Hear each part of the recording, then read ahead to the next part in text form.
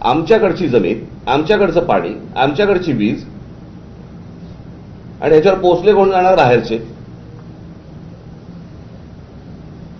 महाराष्ट्रामधल्या मुलामुलींच्या उपयोगाची जर समजा प्रगती, डेव्हलपमेंट ही जर होत नसेल, काय चाटायची ती प्रगती?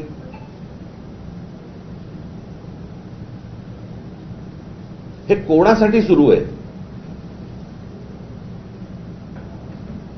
मोठे जमिनीचे तुकडे काढायचे, ह्यानी ह्या सगळ्या आता कुठून डेव्हलपमेंट होते ह्यांच्या लोकांना माहिती आहे, आमदारांना माहिती आहे. हे जमिनी घेत सुटणार आणि मग ते सरकारला विकणार.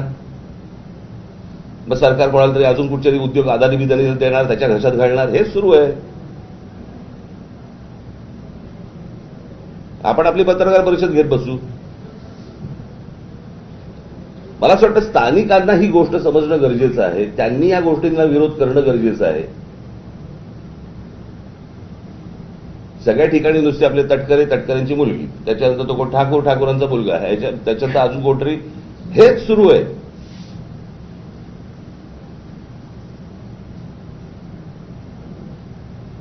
आणि आमच्या लोकांना समजत नाहीये की काय प्रकारचं पुढे काय त्यांच्यासमोर आयुष्यात वाढून ठेवलेलं आहे. का आईने अंधकार निवडणुकीच्या तोंडावरती फक्त पैसे घ्यायचे आणि काही जे काय आता पैसे वाटायचे, बस मतदान होत आहे, आमदार निवडून येत आहेत, खासदार निवडून येत आहेत, आमच्या पायाखालच्या जमिनी जात आहेत, जाऊ देत. असाच महाराष्ट्र विकला जाणार. सर्वाधिक उद्योग किंवा सर्वाधिक गोष्टी या रायगड जिथे आपण आता आहोत